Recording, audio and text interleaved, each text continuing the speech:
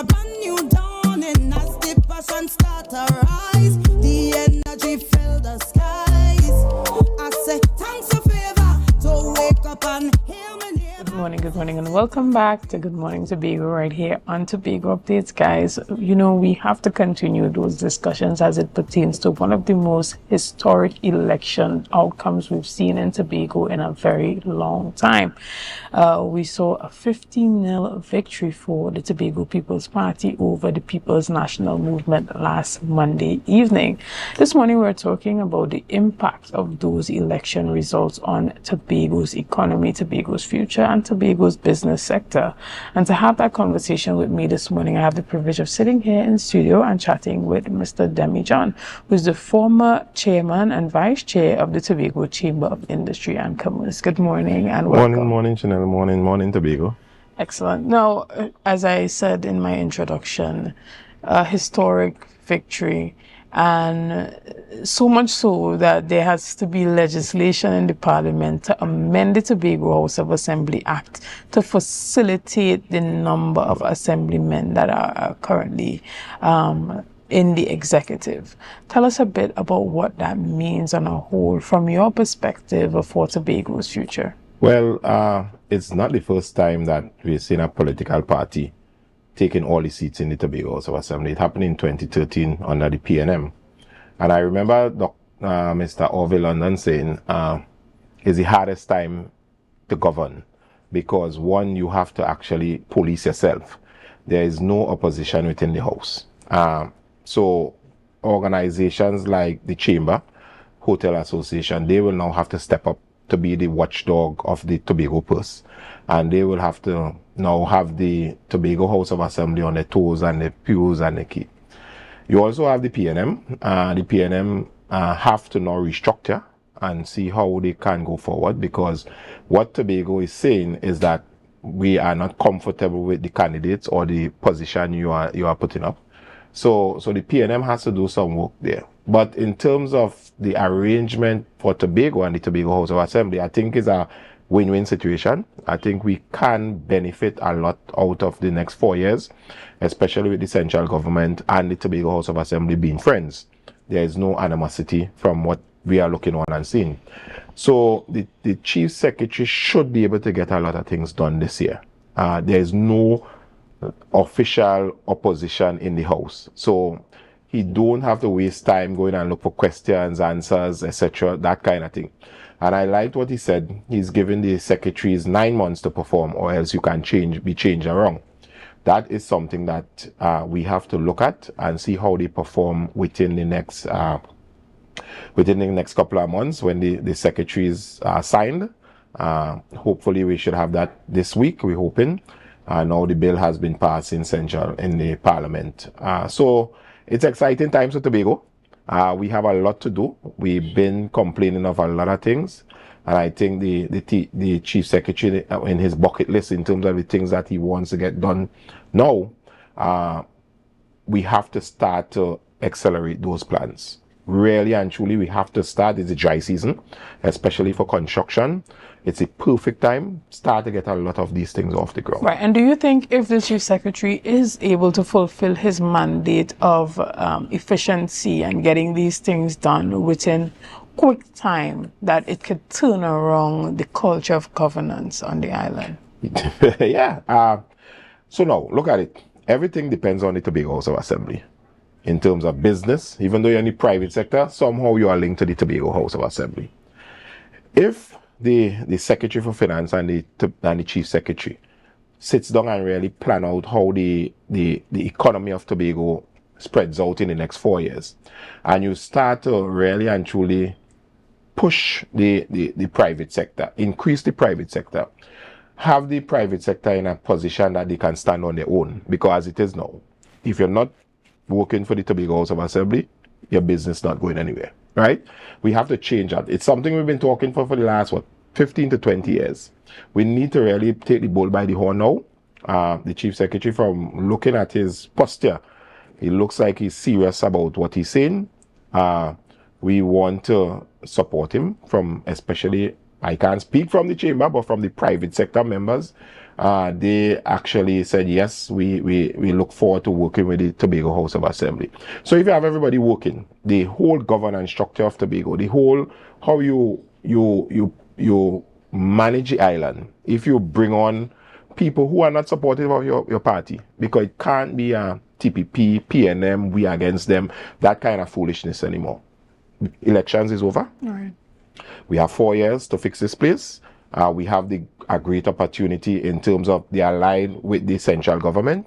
And I think the first thing outside of the general bucket list that he put on, the autonomy. That autonomy bill, I from where I sit, I think we should look at putting that autonomy bill within the parliament in the next 6 to 9 months. Shouldn't go further than that. Right. And I think that is something that he should look at. I think he did discuss going back to the people of Tobago and getting some input on that before it gets to listen, that place. I was working in the Tobago House of Assembly since with T.H.A's days. We was up and down throughout the whole communities of Tobago talking about the autonomy. That discussion has been beaten for the last 30 years, basically. This autonomy. What is needed?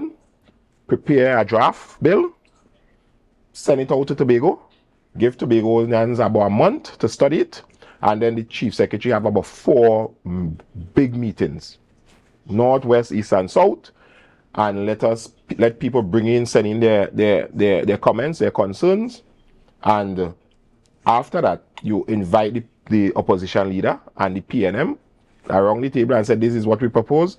Do you have any changes? You trash that out. So I would say within the next 6 months, that should be done, because we've been through going back to the communities and meetings every night. We did that. Ho-Chai Charles did it. Orville London did it. Kelvin Charles did it. Farley Augustine did it so many times. We have to say, here, well, enough is enough. We have I think everybody understands what the autonomy is all about. Let us get that bill up and running for once and for all. And just about 4 massive meetings. You have people come, they present, you hear what they have to say. People could send in their concerns online, and let us get that autonomy out of the way. So when it goes to Parliament, the opposition cannot say that they don't know about it or they want to stop it. So from the bill leaving Tobago and go to the Parliament, it should be an understanding that everybody is on board, that this is what Tobago wants, and the discussions have already been. That should not take us more than 6 months. We understand what we want, and it's about time we implement it. Even with the decisive nature of the result that we saw, Tobago has made such a decision before with the 13, but we've never seen 15. So since the expansion of the districts, the electoral districts, what does this decision truly mean for Tobago in electing 15 candidates from the Tobago People's Party? There's a direct message from the people of Tobago. We want the Tobago Party, People's Party, to lead the charge for the next 4 years. That is what the message is. Simple. You could twist it how we want, we could say what we want. The bottom line is Tobago have spoken, and I hope that we don't, with the changing of the bill, that you don't have to go back to our next election. I really and truly hope that you don't, if you're bringing on another and changing Act 40 of 1996, you do somewhere within the sign up, we already had an election, because it takes a lot to run an election. People need to heal. We need to move forward. We cuss up each other on the media. We do bacchanal. Let me sit down and somebody has to be the big man here and say, listen, Ansel Dennis and your team, we recognize that you had over 11,000 Tobagonians support you. You are important to the decisions in Tobago. And for the first time, I hope that the two parties could come together and say, listen, this is for the betterment of Tobago. And don't be, it's a PNM thing and it's a TPP thing. We don't want that. We had enough of that. That is for election. Election over, everybody should be a big people now. The thing is, what it means for Tobago is that we have a perfect opportunity to fix a lot of things that we have been complaining about for too long. Let us move forward, get the autonomy bill. The UNC government is working with the Tobago House of Assembly, and let us use that to our advantage. And that is just what we have to do. Right. And the electorate making such a decisive move, and some persons will call it rejecting the People's National Movement. What do you think would have attributed to persons making such a decision now? And we can either look at it from, do you think it was a messaging problem that the People's National Movement had a problem with the message that they were putting out there, or was it the leadership and the strategy? Let me be frank. The PNM now has to go back to the drawing board and look at the strategy. The PNM lost the general election. They lost the last Tobago House of Assembly election. You lost this 2026 T.H.A. election. What it means is that whatever you are selling to the population, especially the people in Tobago, they're not buying into it. In terms of the PNM has to grow their base. The PNM has about 10,000 members. If you look at the last T.H.A. election and this election, they're only crossing about 11 to 10,000. So what it's telling you is your core people voting for you, but you're not able to attract anybody new. You have to start to attract the young people. And I made it clear to some friends of mine recently. The Orville London era ended about 8 years ago, right? Mm-hmm. A child who voted now, I saw some trend from Speyside voted for the first time, right? First time voters. They were 10 years old, you know. You understand? They knew nothing about what you're talking about now with the Orville London era and etc. You have to now be appealing to those children. The next set of children coming out of school in the next 4 years, they're 14 years old, but they will vote in the 2029 election. So you have to understand the next election, the next T.H.A. election 4 years from now. You have to understand, you have to start to be palatable to those young people. The energy have to be up there. You can't just come and say, all right, we want this lady vice. They don't understand those things. So it is not appealing to them. You have to come down to their level and say, listen, this is what we propose. And you have to find a way to strategize to get. So the PNM need to go back into a room and say, listen, let us strategize as to how we can come back and be palatable to especially the young people. You see, the young people will determine if you go in office or you stay in opposition. And if you don't appeal to them, you will always stay in opposition as a political party in Tobago. Right. And what do you say to the persons who say, well, if you're at the top, there's only down that you can go from there? If the Tobago People's Party already have 15, the only place to go is down. So how do you, listen, what do you say to that? Farley Augustine has everything to lose. The PNM has nothing to lose at this point in time. The idea has nothing to lose.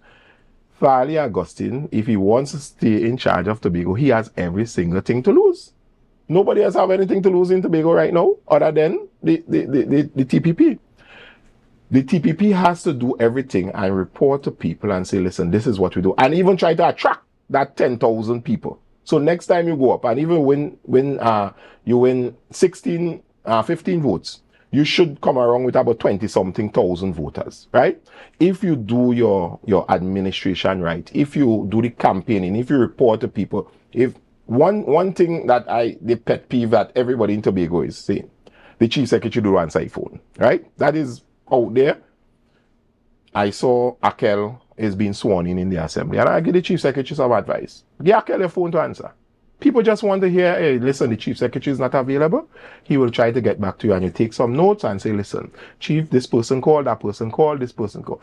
Because you have to have somebody you could trust, right? So I would recommend that you put Akel in the office of the chief secretary to assist the chief secretary with some of these things. Because he now has, if you feel governing was hard, you now have 15 assemblymen to now police, and you have about 11 divisions to police. So he has to be supervisor for everybody. You have the 3 councillors. And plus you have your councillors to fight up with. So he'll need help. He'll need help in terms of things that he has to do. So my recommendation is the TPP has won. Let the election die and let us move on. Build Tobago. Antigua doing better than us. Barbados doing better than us. Everybody doing better than us in tourism.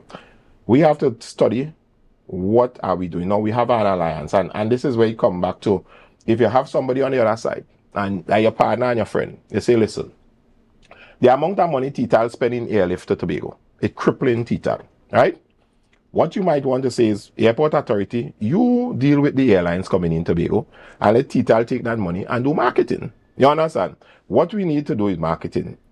In news, when I was in information division, no bad news is not bad news.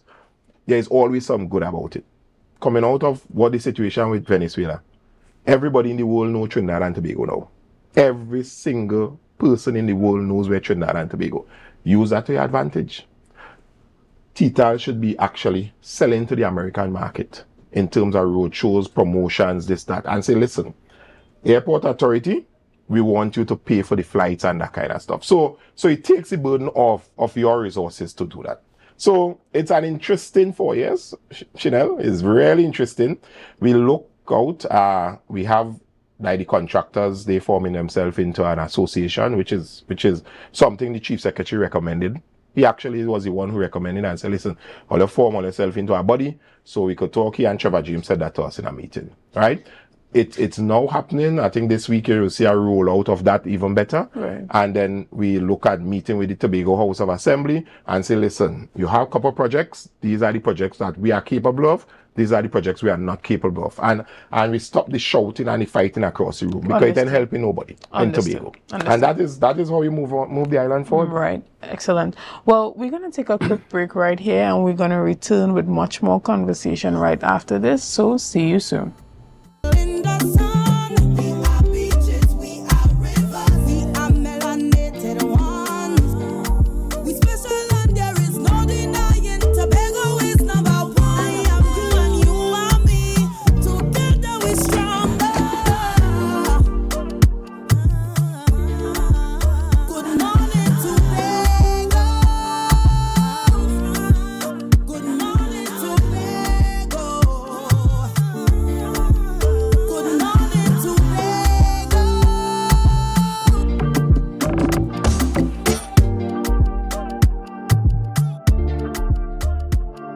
Good morning, and welcome back to Good Morning Tobago right here on Tobago Updates. This morning we have been chatting with a very familiar face, popular businessman here in Tobago, and former chairman of the Tobago Council of the Division of the Tobago Division of the Trinidad and Tobago Chamber of Industry. It's a long word. Yes. Now, this morning we've been chatting about a number of things, but one of the things that you have let us know is that the contractors in Tobago are now gathering themselves together to have that association, the Tobago Contractors Association. We've heard from the Chief Secretary that, you know, the agenda is for a lot of infrastructural development within this second term in office. Does that make the business sector excited for what is possible to come? Well, the excitement is there. I will tell you, we should have a meeting sometime this week. I think it's Thursday at 4 o'clock upstairs, Tambourine by the church, the Open Bible Church. Don't hold me to the date and time, but I think that is the time, right? And you have, from what we looked at, is about 150 something people want to become members. A lot of people calling. They want to be members. They want to be part of the association. Unity is in strength, right? Our strength is in unity, sorry. We will form the organization. We'll get the organization up and running. And then we'll go to the Chief Secretary and say, listen, this is a skill set. If you didn't know, so sometimes people just don't know what you have on the island and the capacity you have on the island. And this is an invitation to all contractors, people in the construction industry, everybody to come out to our meeting on Thursday at 4 o'clock at the Open Bible Church. Come and let us elect an executive. And we really want to go to the Tobago House of Assembly and say, listen, you have all these projects lined up. We employ Tobagonians and Tobago business persons. We spend our money around the circle. The issue you had in Christmas is that there was no money circulating in Tobago. So what happened is that you had a flat Christmas, basically. A lot of people complained that Christmas was the worst, etc. we want to change that around. I don't like to hear anything negative or bad about Tobago, because one thing you're gonna know about me, I like to boast wherever I go about Tobago. You need to change that, and we need to sit down with the executive council, especially whoever is going in the Secretary of Works position. Those should be the first set of meetings that the Contractors Association, supported by the chamber, to go in and say, listen, how we gonna execute these projects, how we gonna pay, because small people, you can't give them a contract and within 2-3 years they're waiting for money. They will crash. Right. You have to say, listen, we have $5 to spend.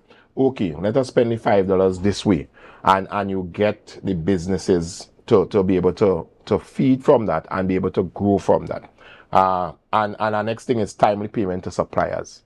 I was very happy when I heard in the press conference that the Chief Secretary said the Secretary for Finance will now, they're going to the ACH payment for the for suppliers within the Tobago. So that is an excellent thing. So you don't have to go and wait for somebody to stamp a check, wait for somebody to type a check. Oh God, listen, they have to batch it, it's just too old. That is outdated. A man need to get money and you want to get money now. Listen, you're gonna be paid on Friday. By Friday, bam, your ACH it in your account one time. Right. So all those things, there's a lot the Tobago House of Assembly have to put in place. Right. And they have a tall agenda. And I say, let us support them and make sure that things will, because if it works, it benefits Tobago. Right. And there's so much we could actually talk about as it pertains to what does this 15-0 victory for the TPP mean for Tobago moving forward. But one of the things that stood out to me in the press conference on Friday is the fact that the Chief Secretary mentioned that he would be seeking legal advice on finding out if there can be a localization strategy within the Procurement Act that exists. What is the position of the Tobago Chamber of Industry and Commerce on this particular position? What are your recommendations? How can you guys be a part of that conversation? How can you assist? And where do you think that would help Tobago to go as it pertains to prioritizing Tobago businesses? You want me to tell you something? Mr. Lalchan was the president of the Chamber of Industry and Commerce when I was the chairman. He was the president of the national body and I was the chairman. We welcome Mr. Lalchan. He, in 2016, 2017, Kelvin Charles was Chief Secretary. And do you know, and Tobago know, that the Tobago House of Assembly was the first government entity to adopt the rules of the OPR. That was done in Tobago. It is a fact. Mr. Lalchan came here in 2016, I think, and we rolled out I have videos and pictures still on my phone of that first initial meeting of this thing called OPR. So it is very good that they are bringing Mr. Lalchan, because he understands the business climate and he understands the small business people in Tobago. That he's very familiar with that. Very, very familiar with that. So he is one. He was the first person who really structured that OPR, and that was an excellent idea in terms of bringing Mr. Lalchan to know. I don't think 3 months is enough. Mm-hmm. I would guarantee you he would need more, because he will now have to go to each sector and sit down with each person, like Hotel Association, Truckers, Bed and Breakfast, Contractors Association, and sit down with their members and teach them how to do up the tenders. We're not winning tenders. What is the mistakes you're all doing? Let me see what you presented. And he could evaluate it on the spot and tell you, listen, he has that capacity. And I was happy when I heard this Mr. Lalchan is the one that they took. He and his team will come and do that. So yes, the chamber would be excited. He's one of us, our members. He is very knowledgeable about the Tobago business environment.